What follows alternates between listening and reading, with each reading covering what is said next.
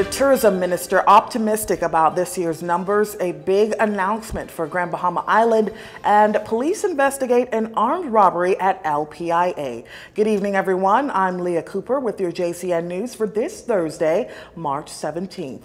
Debate on the 2021-2022 mid-year budget statement presented by Minister of Finance, Prime Minister Philip Davis 1 week ago, continues in the House of Assembly today. This morning, giving an account for his stewardship, holding the portfolio of Minister of Tourism, Investments and Aviation, Deputy Prime Minister and Member of Parliament for the Exumas and Ragged Island, Chester Cooper, touting, quote, "happy days are here again." Our Lissy Bastian has more on the DPM's contribution. Debate still going on in the House of Assembly at this hour. However, during his contribution to the mid-year budget debate this morning, Deputy Prime Minister and Minister of Tourism, Investments and Aviation, Chester Cooper, told parliamentarians and Bahamians that the government is moving methodically and diligently to restore the country's economy and bring about relief for the Bahamian people. Because there's so much good news. Amen. Mr. Deputy, this administration has been diligently at work, not just in tourism, investments, and aviation, but across the country in all of our ministries.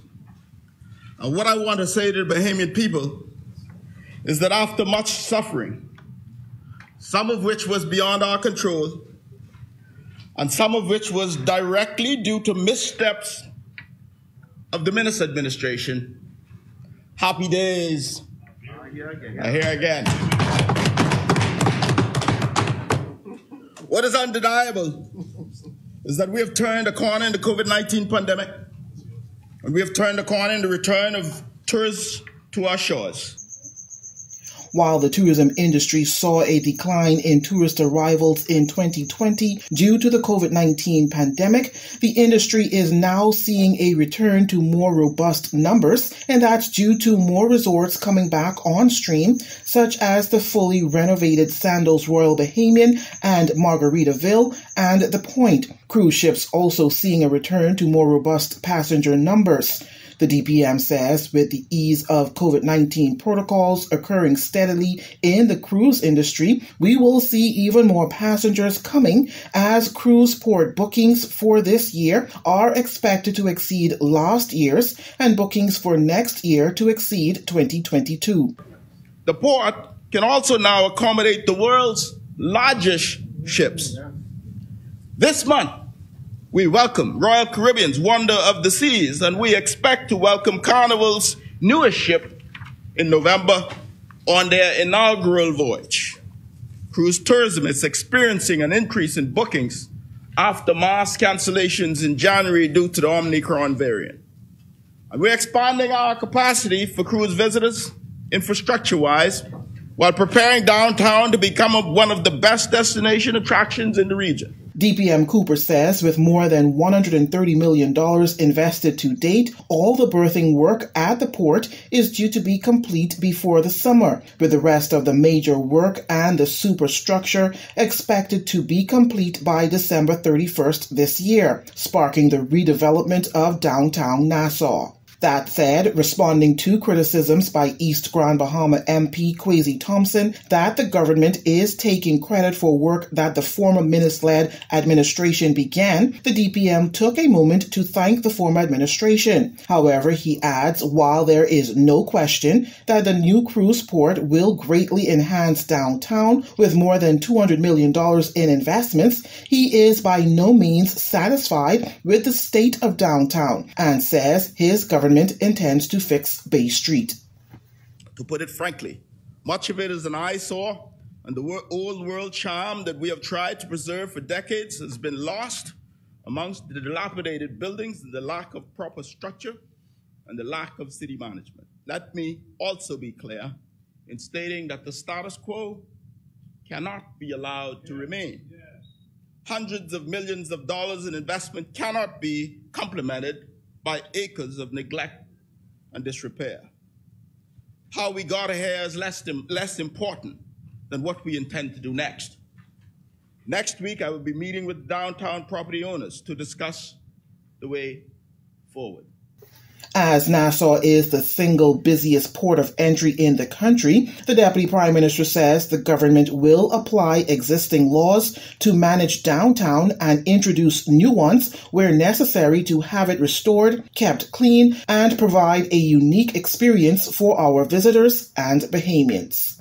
For JCN News, I'm Lissy Bastian. Thanks, Lissy. The Ministry for Grand Bahama targets a groundbreaking ceremony for Carnival Cruise Line's $200 million port development on that island for this coming May. Minister of State for Grand Bahama, Ginger Moxie, makes this announcement during her remarks at the 23rd Grand Bahama Business Outlook this morning under the theme, Shaping the Future of Grand Bahama. Minister Moxie labels this as a milestone.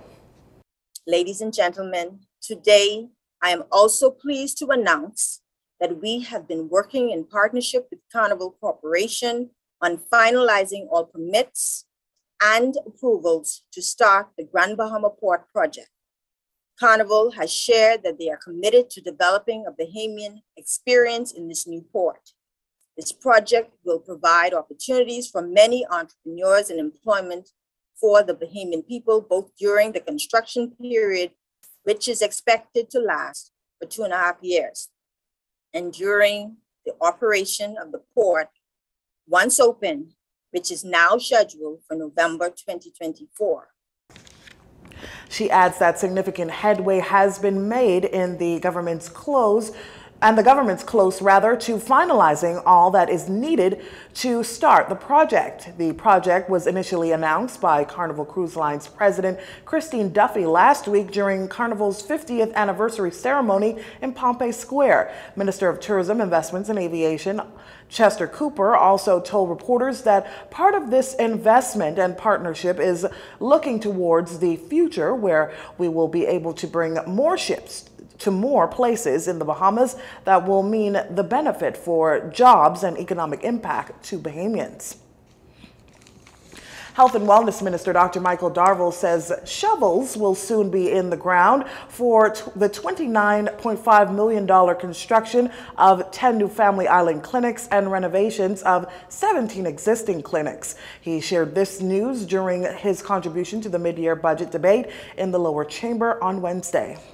The newly appointed IDB Project Execution Unit, responsible for management of these IDB loans, along with a $5 million EU grant. And I'm pleased to say that we're making steady progress to put shovel in the ground for the construction of 10, I will say it again, 10 new clinics across the Family Islands, with the long-awaited renovation of 17 clinics in our archipelago at a cost of $29.5 million. During our assessment of healthcare infrastructure throughout the Family Islands and looking at the possible sustainable healthcare models that would be necessary to improve healthcare outcomes, along with new facilities in the Family Islands, Dr. Darville noted that the government is working on other resources to assist Family Island infrastructure needs by spending $900,000 of the Inter-American Development Bank loan money for the Project Execution Unit budget. To purchase ambulances to deploy to our Family Island clinics. Included with this total is training of our ambulance drivers, as well as EMP support staff. These projects will not only have a significant impact in the quality of healthcare delivery for residents in these islands, but will pave the way for increases in both local and direct foreign investment projects in the Family Islands, as well as attracting second home owners because of the need of proper healthcare service. Now, the Tall Pines Member of Parliament told parliamentarians that the country also recruited 10 allied healthcare workers from the Republic of Cuba who are expected to arrive in the Bahamas by early April. He also says that Cabinet has approved the hiring of some 512 workers to help with the manpower shortage. Dr. Darville adds that 50 specialty workers from Cuba are expected to be here by late summer. With an investigation ongoing into the Bahamas Parks and Beaches Authority, the authority's former executive chairman and St. Barnabas MP Shannon Cartwright defends his name once again as he's denying any transgression during his time in office. Here's Laurencia Smith with more. Former Bahamas Parks and Beaches Authority Executive Chairman St. Barnabas Member of Parliament Shannon Cartwright once again denying any misconduct as it relates to the authority, telling parliamentarians on Wednesday in Parliament the issues within the authority is linked between both administrations. The number of process and system issues that existed from the inception of the authority started by the PLP in 2014. Now, let me just say, Mr. Deputy, because I believe this is important. I don't believe in a revisionist type of history. That's not my suggestion here. I'm making the point that the issues that emanated from the Bahamas Public Parks, many of the issues have bridged both administrations. That's the point that I'm making.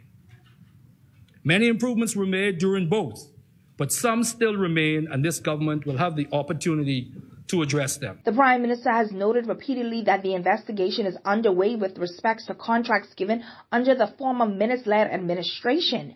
There was a number of other discrepancies, among them including overspending and inconsistencies in signatures.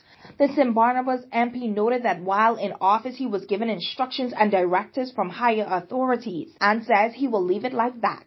The first noting that the over-budgeting and excess spending resided with both the Christie PLP administration and the F&M Minis administration. As a matter of fact, from its inception from year one to date, the authority has never stayed within budget. Secondly, on the decision to exceed the budgeted amount in the 2021-2022 budget, and as I had stated, I made no unilateral decision, and as the honorable member stated in this honorable house, and I quote, I know the member for St. Barnabas has been put in a difficult spot, but for those of us who know how government runs, it could not be you alone, sir.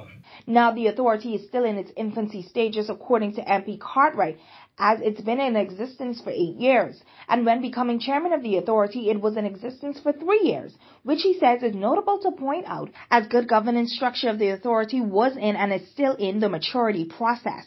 This administration and the new chairman of the authority will no doubt find improvements were made, and yes, work left to be done. Mr. Deputy, I've never shied away from constructive criticism and accept it as means to become better. That's what leaders do. I accept it, but what I do reject is the presumption that inefficiencies, primitive systems, or gaps in the system meant that there was a sinister, self-enriching, fraudulent, or intentional plot at hand. The procedural and processing lapses and blind spots were a function of both a corporate governance, as I had stated, in its infancy, and primitive systems that need to be fixed, and like many areas in government, needs overhaul. I'm Laurencia Smith for JCN News. Thanks, Laurencia. You're watching JCN News. Stay with us.